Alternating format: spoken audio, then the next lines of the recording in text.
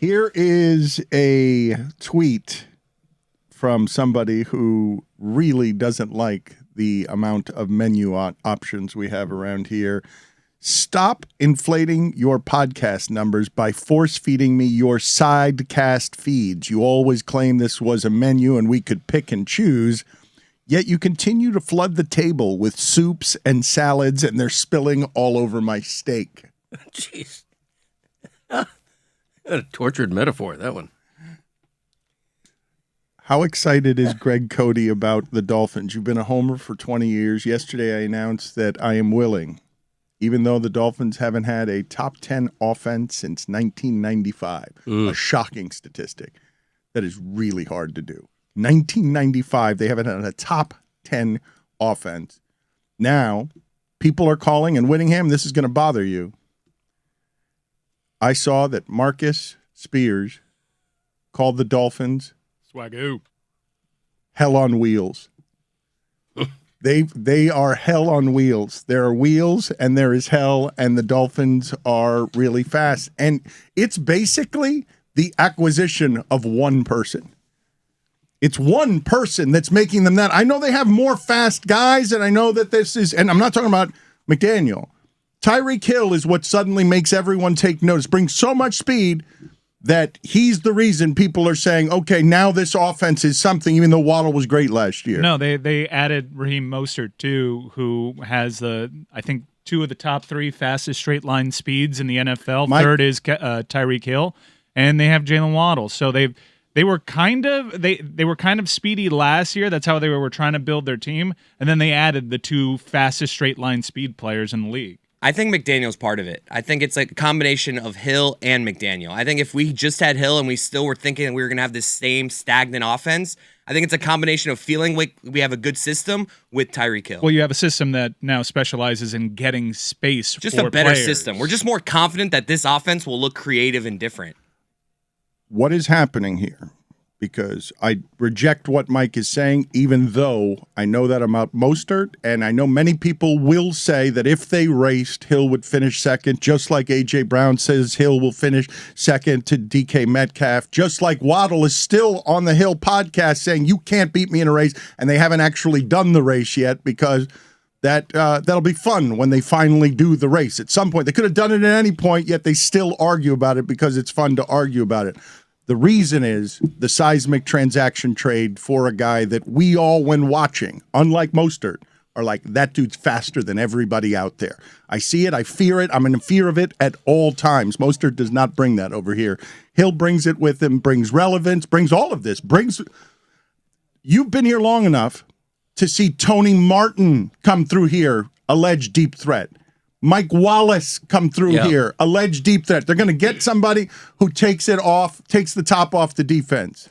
Now you've got a coach, and this guy, I don't think Hill's going to be their most successful player this year. I think Waddle's going to be their most successful statistical player, but I think Hill's going to make that so.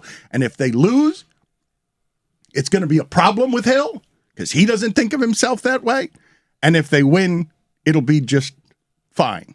But he wanted his touches at the end in Kansas City, and he was getting a 25% usage rate or some sort of ridiculous. I don't even know how the math is done on advanced stats, but he was getting thrown to plenty and still not thinking he was getting thrown to enough. Yeah, then I don't know why you think he'd be fine if the team is winning. They won plenty in Kansas City. I've never really seen an offense where Tyreek Hill isn't getting his, even when Tyreek Hill thinks so. If Waddle's the guy, it's 2 scenarios. Waddle is a superstar that is in year 2 outshining the highest paid wide receiver in NFL history, or that you bought high when you probably shouldn't have on Tyreek Hill, and he's has his best days behind him. I think that they can all excel. You know that Tyreek Hill is going to get 10 or 12 looks a game. It's automatic. It's in the system. It's just a matter of fact. It's going to happen. A couple of things we haven't even mentioned, and it's another reason why the Dolphins' offense is going to be so good. Mike Gesicki's back. A fast tight end and a very offensive-minded tight end. Doesn't block, but great catching the ball and yards after catch for a tight end. And also, we haven't mentioned Terron Armstead, the left tackle, the number 1 free agent of the offseason. They got him, and he's the reason why Tua is liable to have that extra second in the pocket to wait for these 2 great wideouts to go deep and to have a chance to reach them. So back to yesterday for a second. Patriots at Dolphins. Yep. Week 1. Who you got, Dano? WL. Do you guys agree or disagree? Like, if you had to take Keeps a avoiding it. bet on who would have a better statistical season, Waddle or Hill, most of you are going to assume Hill, right? Most of you, because there will be. It better be Hill. He's the highest paid wide receiver in NFL history. You said something yesterday that I'm sure McDaniel will switch it up, but you said maybe they use Waddle in that Debo Samuel role. No, the guy that they would use in that role is Tyreek Hill. He's a guy that's been used like that in the past. Think of all the times that they would throw a quick screen or even use Tyreek Hill in the backfield in Kansas City. He's got a stronger build. He's put together kind of like a bowling ball for someone that's so fast. I think his body's a little bit more durable to be able to take that hits. Jalen Waddle's suffered through some injuries in college. Who draws the other team's number one? Tyreek Hill. Hill. I would say Waddle's going to have a better year. I would. Well, by virtue of that lack of attention? Well, great problem to have. That, and I think Tyreek Hill is the more trusted wide receiver at this stage of their careers. I think he'll get the double teams. He'll get the better cornerback. I think Waddle's going to have a better year. Mike, are you laughing because of how bad Stugotz sounds? I sound great. I was trying to not be the person that was laughing at how bad he sounds because we've been doing that a lot, but today was particularly bad, so much so that the shipping container could not contain themselves. Tahoe. Yeah, he's I predict that Waddle and Hill are both going to catch 100 passes, and those are the speedboats that are going to lift Tua. Tua is going to be a Pro Bowl quarterback this year. Wait a minute. Wait.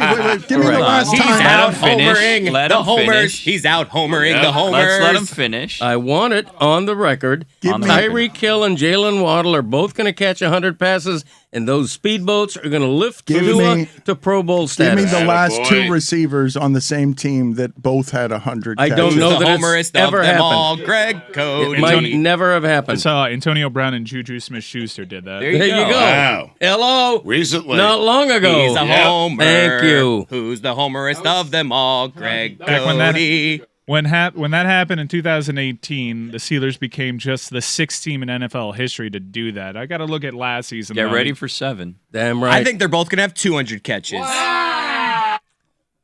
Dumb. I love that Chris Cody, when his father walked in, just stared at him and good morning was, that's the same shirt you wore to soccer practice last night. And without missing a beat, moving as quickly and as spryly as he has in many years, Greg Cody lies. I have 2 DraftKings shirts exactly like this.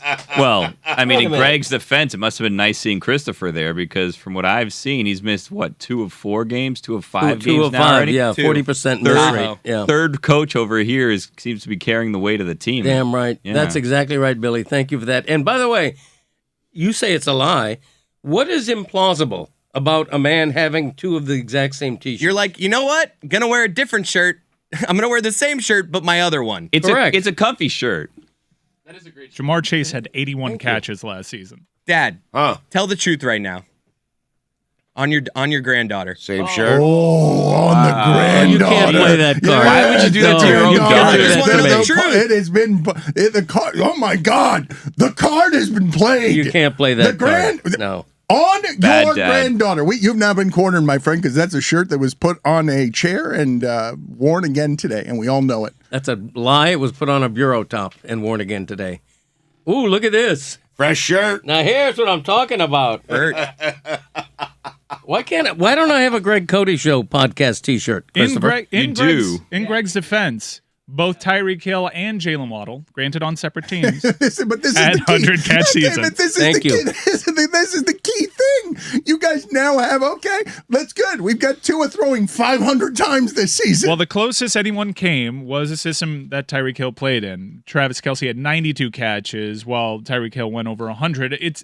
I mean, they proved it's not impossible. It's happened 6 times, but that would be, man, it's Tua who doesn't really stretch the field. There would be a lot of short passes, I'd imagine. No, Which but he you majored say in. it doesn't really stretch the field. Look, I don't know how to do this because we haven't seen it. And all the questions are about arm strength in a way that's a bit surprising and that you don't often. I mean, we did it some, I think, with Drew Brees, I guess. But it's rare to have a pick this high Did you hit that bell with your I elbow? did, yeah, with a pen. I love Luma. that. I love that bell, by the way. It's like going into an old-timey deli, or a dry cleaners. Yeah. Oh, I love that sound. It's great. Isn't that a bellhop at a hotel? Could be. Yeah, that's probably why it was invented. The name bellhop comes from where? The bellhop as a name. Does anyone here? Maybe you hop to the bell. Oh, I heard the bell. Is that what it means? I'll look it up. Baltimore came close to accomplishing this last year. Marquise Brown had 91 catches, and he has bad hands. Otherwise, if he had just normal hands, he might have been over 100 with his teammate Mark Andrews. Right, and it's less a double feat now that they've added a 17th game. That's not insignificant.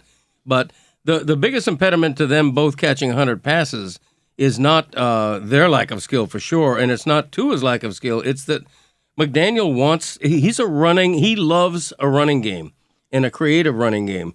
And he would love to run the ball 25 times a game, this guy. Watch it happen. I think that's the biggest thing. Wait, you can't run the ball. How many plays are there going to be? Just 40. The entire They're going to be season. running the ball 25 times a game. Explosive offense. Who's the homerest of them all? Greg I'm Cote. just saying. I think you just nuked your own argument because they can't be running it that much. He's a homer. But one of them can be right. That's Mike McDaniel's problem, not mine. Right. So let's Figure do it out. a sum total. So at the end of the season, how many Homer. passing yards and rushing yards do the Dolphins have? And is that a historic figure in the history of You the want sport? a pie chart? Is that what you're looking for? No, I'm not a pie chart. More like a Okay. bar graph. Who's the Wow, homerest you love a of them bar all? graph. Yeah. That gonna does finish sound like hell on wheels. does, It's to be an fair. offense Yes. that never comes Right off to the field. They Swagoo. score and they just get the ball right Right. back and they just keep running and throwing. Yeah, Yes. this necessitates a lot of defensive 3-and-outs. You just keep getting the ball back. That's And right. every drive is 16 plays in order to get all these rushing carries and receptions for their big targets. You know, you guys are so dismissive of Greg. You criticize to his arm strength, and then you say that he can't have 16 completions.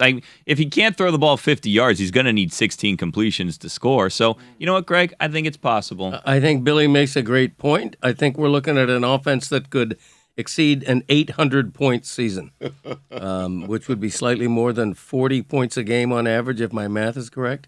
Whittingham, you are around here the most broken and cynical of Dolphin fans. And I want to ask everybody listening to this, because the Bills didn't make the playoffs for 17 years and then they got Josh Allen and it was fixed.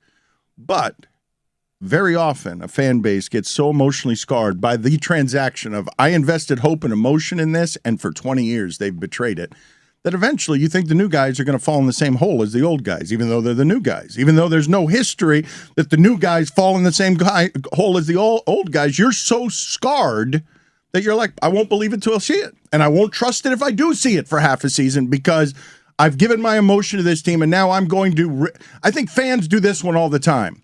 I am going to reduce my expectations because I'm tired of how much it hurts to get disappointed. And now we're talking about this team the way we were talking about Mike's Browns when they made – that was not fun for Mike to root for those Browns teams. They were more relevant, more interesting, but then came the expectations and, oh, the greatest quarterback that I've had in 30 years since Bernie Kosar, the greatest quarterback I've had in Cleveland. Get him out of here. Run him out. Laugh at him because the expectations got to a place. No, you betrayed me. Get out of here, and I'll pay $18 million of your dollars to just get out of here, Baker, even though you're the best quarterback I've had in 30 years, because Stan says it all the time. Totally different to play with expectations. You're feeling like the Dolphins are going to do this to you again. I'm not like that cynical or pessimistic. I just don't know where you could possibly summon an argument that by the basis of doing addition of players, therefore it will be a top 10 offense, because as you said, it's been since the 90s that the Dolphins have had a top 10 offense. I would like to see a shred of evidence beyond just, if you take this player with this player with this player, it will work, because the Dolphins have done that math before. They have tried surrounding Dante Culpepper. Not these guys with and not these players. I understand, but a version of you bring in a bunch of great players, therefore it will lead to great offense. We've done that before. The Dolphins were predicted by Sports Illustrated in a Dante Culpepper season to make the Super Bowl. I just don't know where you get the Tyreek Hill is going to have 100 catches and this all works spectacularly. I would like to see some evidence that Tua can lead an offense this good, that Mike McDaniel on his own is a coach this good. But besides maybe Cam Cameron, when were we ever this excited about an offensive scheme coming in? Because, right? Cam Cameron, we were all I like, remember okay. being plenty excited about Adam Gase. That's And being true. told by people who were in the know As a about quarterback football whisperer. that he was quarterback whisperer, that he was the next great offensive mind. Talked to people on the radio that were like, people in football know that Adam Gase is the next big guy. He's got the Peyton Manning endorsement, and it was a disaster. Like, the Dolphins have kind of done nothing but hire offensive minds to try and solve the problem. Cam Cameron's laugh out loud funny as someone who created hope. Please, We were excited about Cam Cameron. I was excited about Bill Lazor for a fleeting moment. You say you were excited about Cam Cameron. Can you just get the famous Cam Cameron sound? Because this was a deep threat and Cam Cameron. I don't remember enthusiasm about Cam Cameron that way because Cam I Cameron. think the previous season, the Chargers were like 14-2 and had the best offense in the league. But don't you remember we started making fun of him from the announcement that he got his speed threat? Like, We we're need like, that this thumb guy to go shouldn't this be. way. These guys shouldn't be in charge. I mean, I feel like that dissipated before he'd even played a game. They draft day, it dissipated. Yeah, and he had like probably 5 different quotes during training camp that signaled that the disaster was coming. But for those 3 blissful months between when he was hired and when the Dolphins took Ted Ginn number 9 overall, a pick that proved to be the correct one in retrospect. It's He was in the league for 14 years. right, I mean, exactly. I mean, everyone wanted Brady Quinn, and he was gone within 4. Also remember that it was one of the funniest things. I don't know what the top 5 funniest things about Cam Cameron would be, but the idea that heroic genius leader Cam Cameron sat out an exhibition game because of the potential for an emergency in the Had to future prep the other coach. where he wouldn't be available for a regular season game. The Dolphins had to be prepared for any eventuality, so he just took the day off. Covers all his bases. Sounds like maximum Stugotz move, not wanting to come into work, but I'm doing it as altruism to help the others. And the interim coach for the day was Dom Capers, who's been an NFL head coach before. Let's listen to this is the guy that Chris Cote, you tell me if this was the sound that made you think, yes, Cam Cameron, before a game has been played, I've got so much hope. Good afternoon, everybody. Hey, we need that thumb to go this direction. Hey, I just want to thank all of you for being here. We really, just give me 1 second. We really appreciate your support. It's going to be a tremendous day as you guys watch the rest of this draft unfold. We got 2 more picks coming up in the second round, as you know. And let me tell you about the young man we just drafted. There's a young man named Ted Ginn Jr., and we drafted the Ginn family. I've known this family for over 10 years. I've watched this young man for a long time. You're going to be thrilled every time you watch him as a punt returner because he's going to be a great returner for us. He's going to be a young man who's going to wind up being a great. Thank you. Wow. Look at that. Lukewarm support. Wow. And let me put it to you this way. Brady Quinn. Let me tell you this. Ted Ginn is a Miami Dolphin. Ted Ginn is someone that you're going to be proud of. Ted Ginn and his family will give us everything they have. I promise you that. And Ted Ginn is going to be someone that you're going to enjoy watching play for a long, long time as a Miami Dolphin.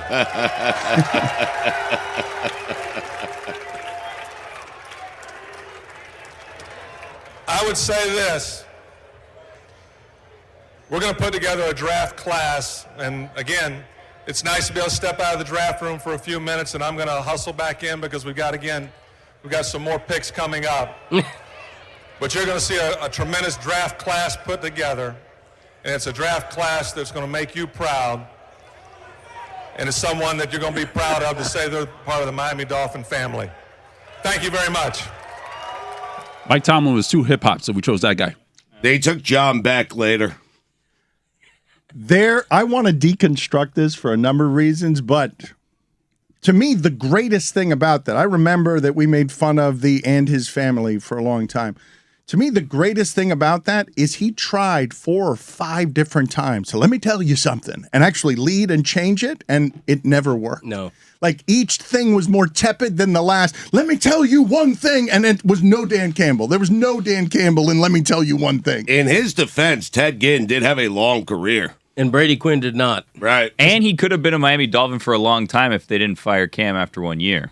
Before that clip, though, we were super excited. Yeah, you're right. I don't know why. No, he's not right. He is right. Dan, people were excited about Cam Cameron. Yes. Like, but a then, minute, and then we yeah. played like 2 games, and it was like, oh shit. But we were. Chris, I don't know how anyone can tell me that people were excited about X, and on draft day it's met with that, and we all learn at the same time. You know how rare it is for a press conference from that long ago to be something that we still remember the words to? Like, that's not because we had so much faith in that guy that when he got to a microphone, he got one word in and he realized, I can't do this. I'm not going to be able to turn this crowd. Chris is right. We thought he was an offensive genius. Whittingham whispered to me that he was excited about John Beck because of Cam Cameron. I mean, He whispered it to you. We were desperate for a He quarterback did. at that Yes. time. Right. So the frustration you hear there is they wanted us to go in a different direction draft-wise. I think even after the draft, people were still excited about what this offense could look like with Cam Cameron. I think we're playing Monday morning quarterback with this. I think people were excited at the time. Obviously, in hindsight, one of the worst hires ever. But at the time, man, good offensive scheme. Christopher's right. I wrote what turned out to be Who's the homerist of them all? I wrote what turned out to be Wait in a the minute. You went from pirates to Ethel Merman. Like, what just happened? You were a rollicking band of pirates. It's better when I'm more in the background. I got too close to the mic that time. Thank you. I did write a notorious column praising the hire of Cam Cameron. And the reason was that they had a long run of defense-minded coaches, and this was a total change in direction, and it was one I thought they needed at the time. Now, Cam Cameron turned out to be an unmitigated disaster, okay? But what Stugotz said is true. Ted Ginn Jr. did have a much better NFL career than Brady Quinn, but they wanted a quarterback then, and so they weren't – Cam Cameron had zero charisma. He made Joe Philbin look like a bolt of lightning. But it will. No, he did not. Well, I refuse. That's not true. No. They were tied for no charisma. Well, those that's two. We were different. excited for Philbin's offense. It's a good joke, though. It's a good joke. Yeah. Put it on the poll. Did Cam Cameron make Joe Philbin seem like a bolt of lightning? Dad, which head coaching hire have you crushed? I'm trying to think. Who's the homerist Actually, of the them guy. all? Are you talking about Dolphins? Yes. Okay, because I wrote a negative column about the Florida Panthers' new hire. But how about Dolphins? Philbin, maybe? I'm trying to think. Who's the homerist of them all? No, I didn't. You know what? I don't. I'm not a guy who's going to crush most hires right off the bat because I'm going to give him a shot guy. So no, I'm not ashamed to say that I didn't crush the Joe Philbin hire. He had a good pedigree. He came from Green Bay, Where he didn't call the plays. where the offense was very successful. But he was close to Aaron. I mean, Right, osmosis. He Stood was good next by to him. osmosis. Yeah. That's right. Who's the homerist of them all? You know, it's very easy in retrospect. Well, why didn't you write a column saying Cam Cameron sucks? You know what? I have my reservations about Mike McDaniel, to be honest with you. There he is. Look at him. But it's not worth writing a negative column about. My negative about Mike McDaniel is this is a guy who's never been a head coach at any level. He's a guy who no other NFL team interviewed for the head coaching position. Only Miami did. And so that alone is a reason to be a little bit skepticism. How good is he going to be as a head coach? That's a fair question because he doesn't have a track record for you to lean on. So I do have a reservation about Mike McDaniel. But a reservation. Who's overcompensating? Who's overcompensating? such a bad chant. Who's overcompensating? What the hell are we doing here? You also 20 minutes ago said this coach is going to have 2 100-catch receivers. Right. Yes, but he has his reservation. I agree. Not He worth didn't the take an column. interview with the Jags. It's not worth the column, but he has his thoughts on it. The talent on the field is going to overcome whether or not the head coach is any good every time. No, not every time. In Yes. fact, on this team, you have several examples. We just talked about several of them. That it's not about talent as much. It's talent plus scheme. And I think you have a track record of success with Mike McDaniel. I understand wanting to give Kyle Shanahan all the credit in the world. He came from that system. Kyle Shanahan came from the Mike Shanahan system. You could template that system and have success pretty much. Gary Kubiak had success with that system. The talent is there. You guys are talking about something, and you guys are all correcting me on this. I'm remembering Cam Cameron vastly different than you are. This guy, young guy from a tree of now we get the young guys next to the guy, and it's not just getting the old guy who was next to Aaron Rodgers or Tom Brady. Now the new thing in the sport is get the young guy who is viewed as the offensive mind that is up and coming, doesn't look like Cam Cameron or Joe Philbin, is the new guy. Yeah, with a personality. I think that this one comes with more hope I've seen because this one comes with a player I've seen do it. We've all seen do it. Did it with a different quarterback, but I don't think that this feels to me like I'm not you. I don't do homer on every pick. In fact, I've gone the other way on Parcells and Saban and all of them. I don't do what you do, that some leader's going to come here and fix everything. I'm doing it here in this instance more than I've done it in any time in 20 years with any of these guys. And I have to correct you, it's not always with the talent. Yeah, Kyle Shanahan made Matt Ryan into an MVP, but he also had an incredible season out of a rookie Alfred Morris and Pierre Garçon. Like, they just plug and play historically. When you look at Mike Anderson or all the Denver running backs, if you look at San Francisco last year, yeah, Debo is spectacular as he caught on later in the season and became a superstar during the NFL playoffs. Look at the rest of that team. They're plug-and-play guys. And now you give Mike McDaniel weapons like Waddle, Gesicki, Hill, and like all of a sudden your number one running back from last year is now sitting fourth at the depth chart. You've really given this guy tools. You've given him a great offensive lineman too, so you can get that space and you can see what these players can do in the open field. And there's a very good chance that the talent he's been given are going to make this look like a great coaching hire. But when I say to you, Dan Le Batard, does it give you no pause that no other NFL team interviewed Mike McDaniel for a head coaching job except Miami? What does that tell you? Anything? He's young, and he is not one of these young guys that was knighted the way that McVay was, but I think that all of us, when McVay was hired, because he was the first, correct, in his early 30s, I think all of us were like, why would you do it that way? It hasn't been done that way before. You can't trust that guy. The coach has to look like Hank Stram. Like, he has to. Well, Tomlin was hired at like 34, wasn't he? Yes. Tomlin was really young. He was very young, yes. I think McDaniel is in his late 30s. He's not he was not the wonderkind who everyone in the league was talking about as the next big thing. He was sort of a risk hire for the Dolphins in that regard because he wasn't the guy being interviewed by 5 different teams. And so that's the only reason to give pause to Mike McDaniel. I think the offense is going to be great because of the talent surrounding him, not just because of his scheme. Billy, you mentioned Tomlin. Tomlin was not viewed as a great offensive mind. The black guy never gets that. He was a defensive guy. Like, the offensive mind. I thought you were asking about hiring at just that age, young right? age. Yeah, Yeah. he was Wasn't young a when he black got or there. white thing. I Yeah, mean. his age. What wasn't a black or white thing? He was talking. Yeah. You were talking about coaches getting hired at a Right. young age. Yes. He was just making the point that Tomlin got hired young. He wasn't talking about the offensive prowess. And when we're talking about this guy, though, we're not talking about defense. Like, this person, we're not looking.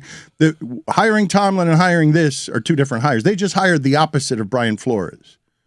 If Brian Flores was in any way handcuffing Tua, and I don't think he was, I think the offensive line was handcuffing Tua, and everything I just said and everything Stugotz, everything that Greg Cote just said gets totally undone by them being even nearly as bad as they were last year on the offensive line. Can I push back? Because there's several reputable reports out there that Brian Flores did not support Tua the way that you would want to support your franchise quarterback. Oh, I'm saying Flores is the opposite of what this guy is. He's a defense. What are you pushing back on? He's a defense. Because you said that I don't think that it was Brian Flores that nuked Tua. It was the offensive line. I don't think Brian Flores' help matters. That's not what I was saying. I'm saying that Brian Flores was viewed as a defensive coach. This guy, the reason that I'm more hopeful about this Dolphin team than I've been is that even if they lose, I expect them to be exciting. I expect them to score. I expect them to stop being uninteresting, boring, a regional team. I expect them to be something that I go into Sundays and I actually want to watch a Dolphin game, which is something that I've had to force myself to watch Dolphin games for the last 10 years. You've gotten dick from your offensive running game over the last few years. Dick. And you get somebody from a Shanahan offense, you're going to at least run the ball a hell of a lot better.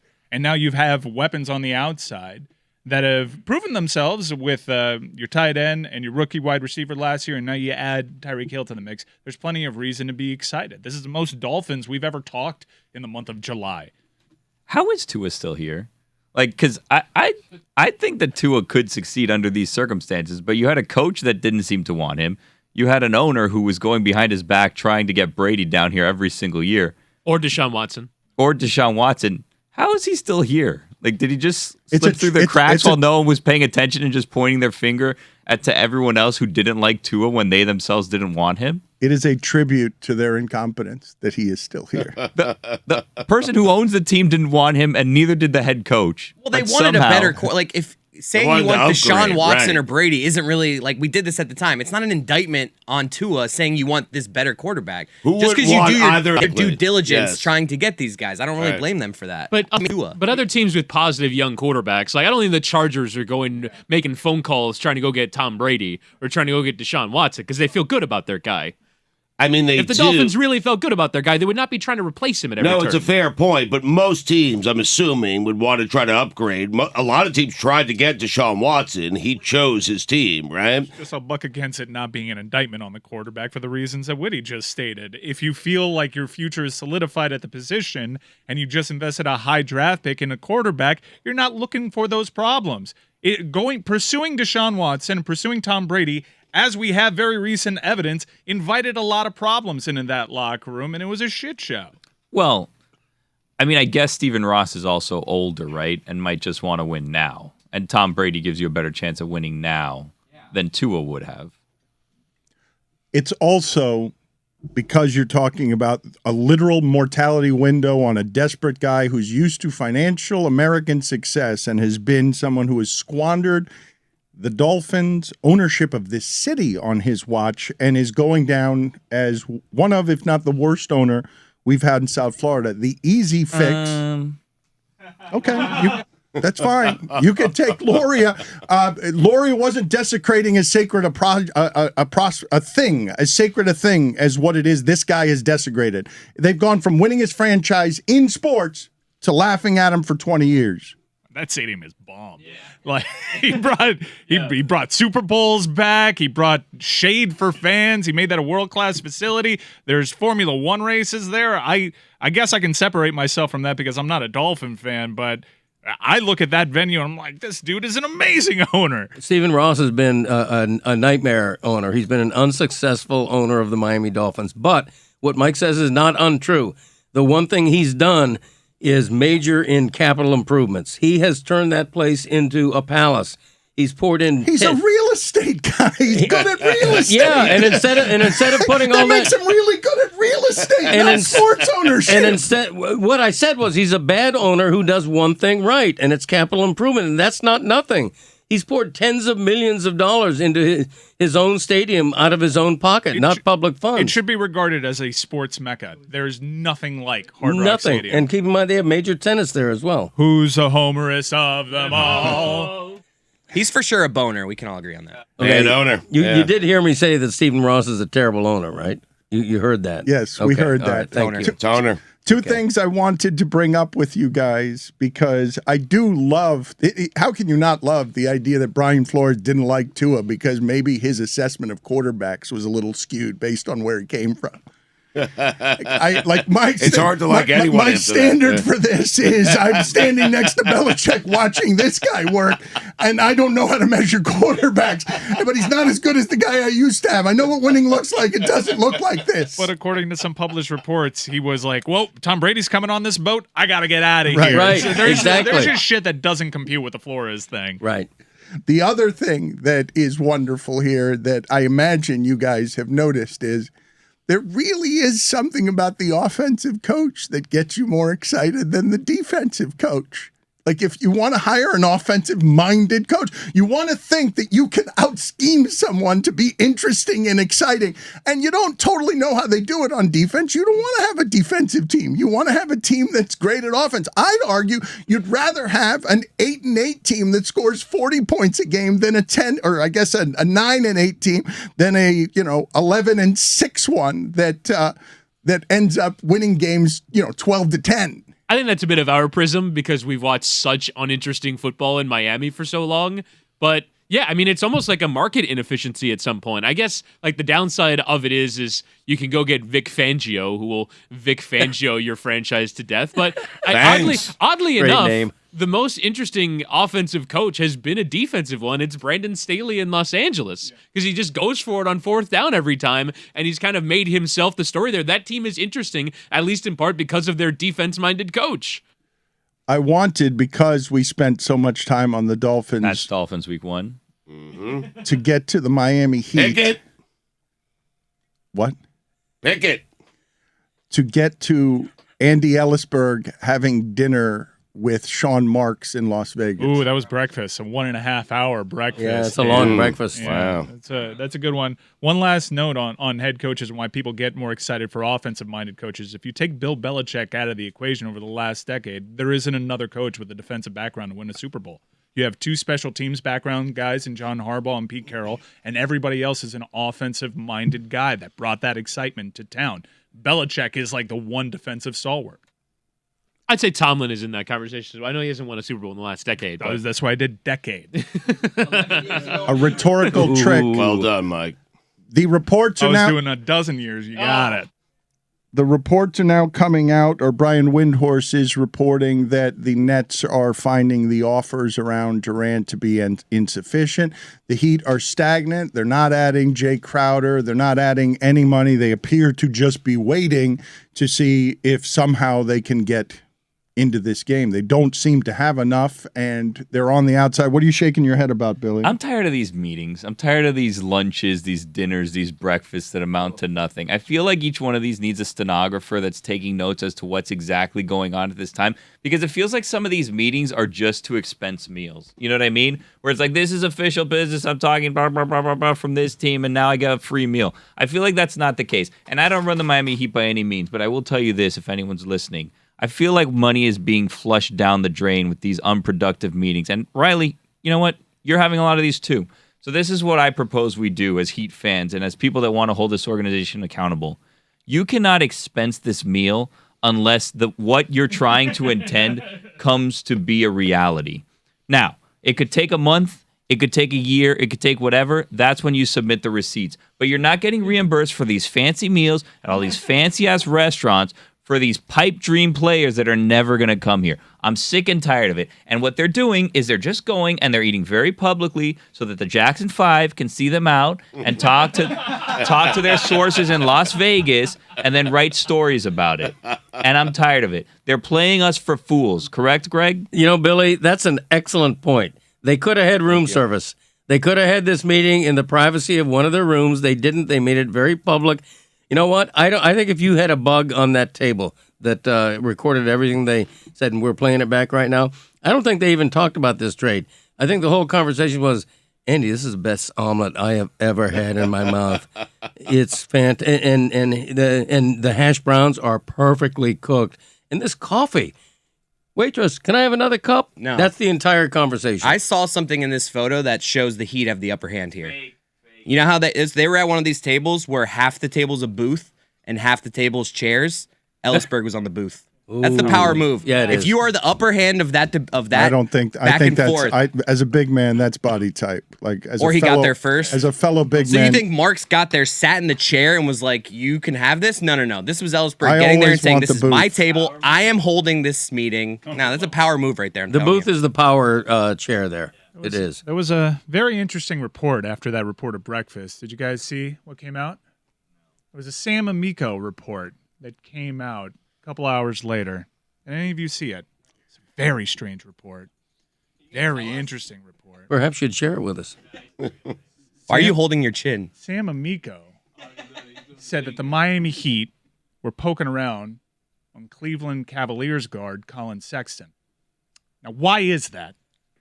Why would the Miami Heat, who have a young two-guard and Tyler Hero, who have Kyle Lowry, why would they go after Colin Sexton? Any guesses? Gee, I have a wild guess. They think Sexton is a good player. No, Dan. The Nets have requirements for players ready to go. close to all-star caliber players. And the Cavaliers have a redundant skill set with Garland and Sexton. They know they have a problem. They have to move Sexton. Sexton would fill some of the requirements that Brooklyn is looking for. So why would the Miami Heat be poking around on Colin Sexton? Greg? Isn't it known and pretty obvious that if the Heat are going to make an offer for Durant, it has to include Hero and Lowry as a starting point, right? But why has would to. they poke around on Colin Sexton? Cody has no idea what you're doing. No, he And doesn't. Your It's point, because they need a third team because they don't have all the pieces. Right, a three-team deal. Okay. Did you see that meme? Did you So see, Miami gets him. Did you see anywhere on the internet over the course of the last week the meme of Brian Windhorst going for 2 minutes on first take, Yeah. pointing at the sky? Did you wonder to Yeah, he yourself, went crazy, yeah. did you not see that Mike was just doing that? I did not put two and two together, no. Sorry. I saw that Windhorst video meme, you call it, once. It did not register in my mind. Was not that important I'm to me. telling you, Ellisberg Sorry. in this picture has his left arm up on the booth. He's in the power move in this spot. I'm telling you. He's in the booth. Mark's just like sitting there very meek. You can't see either of his hands. He's not like this. He's got his hands That you inside his can't be the shoulders. power move, though, when you don't actually have the assets to bring the player that you want. There are two people at that table who want something, and what the Heat want, they want it more than what the Nets want. Sean Marks has the posture of a 6'10" man trying to squeeze into a small restaurant seat. Put it on the poll at Le Batard Show. If you have your choice at a table, booth and chairs, which are you selecting? Wow. Only monsters would pick chairs, right? Is Yes. anybody in Yeah. this room picking a chair over Well, a booth? You gotta how go many? booth, Wait, right. hold on. How No, many? only Tony is over here saying Time chair. out. Time out. How many First people? available. How many people are eating? No, we're talking about at a table, Roy, that has both. But how many people are going to be there? Because you don't want to be stuck in the middle of a booth. That's true. I will take a chair over being stuck middle in a booth and then have to ask everyone to slide out. I don't like And that. no disrespect, you don't want to ask Andy Ellisberg to slide out of the booth too often. I think he was asking No if he's going to Web disrespect. Republic Booth later. I filler. said no, respectfully. I said respectfully, sir. We can also. You said How respectfully. would I you take respect that? for him, You said respectfully. No, he said no disrespect. Yes, you which said, is also respectable. You saw the picture, guys. You don't want to ask Andy. Excuse me, I have to go to the restroom. You don't want to crawl over. your Andy. desire to show respect, disrespect. was undone by Greg Cote muttering under his breath in a way that you couldn't hear. Booth filler. And again, meant with respect.